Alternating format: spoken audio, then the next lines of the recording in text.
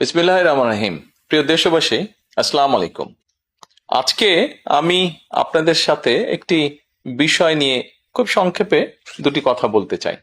যে বিষয়টি সমাজের প্রত্যেকটি শ্রেণী পেশার মানুষকে স্পর্শ করে। যে বিষয়টি কি সেটি সেটি হচ্ছে আমাদের পরিবেশ।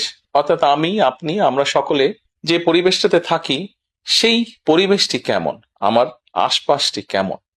আপনারা নিশ্চয়ই অধিকাংশ ক্ষেত্রে খেয়াল করে দেখেছেন, আমরা ঢাকা শহরের যে কোনো রাস্তাঘাটই হোক, যে কোনো এলাকাই হোক, যে কোনো জেলা শহরের এলাকাই হোক, রাস্তাঘাট হোক, এমনকি উপজেলা পর্যায়েও ক্ষেত্র বিশেষে বিভিন্ন গ্রামগঞ্জেও আমরা দেখেছি যে যেখানে বাজার ঘাট বা রাস্তা চলাচলে বেশি, সেই জায়গাগুলোতে চারিদিকে একটা জিনিস খুব পরিষ্কারভাবে চোখে পড়ে, যেটি আমরা যখন ছোট ছিলাম, আজকে থেকে 40 বছর আগে, 30 বছর আগে দৃশ্যটা এমন ছিল না, কিন্তু বর্তমানে দৃশ্যটা এইরকম। সেটা কেমন?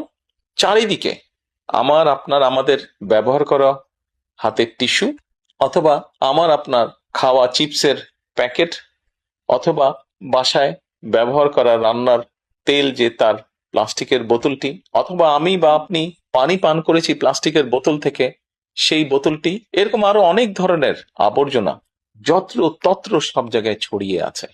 কোনো জায়গায় একটু বেশি জমা হয়ে আছে, অথবা যত্র তত্র লোকালয়ে চারিদিকে ছড়িয়ে আছে। চিন্তা করে দেখুন তো, আপনার ঘরে, যে ঘরটিতে আপনি থাকেন, যে বাসাটিতে আপনি থাকেন, যদি চারিদিকে এমন টিস্যু ছড়িয়ে থাকতো, যদি চারিদিকে এমন আবর্জনা ছড়িয়ে থাকতো, আপনার কাছে কি ভালো লাগতো দেখতে? নিশ্চয়ই না, আমাদের কারো কথাই ভালো লাগতো না। কবি তো সুন্দরভাবে লিখেছেন, সবুজ শস্য শ্যামলা আমারে ভুবন। তো আসুন না, আমরা কেন আমাদের পরিবেশটাকে সুন্দর করতে পারবো না?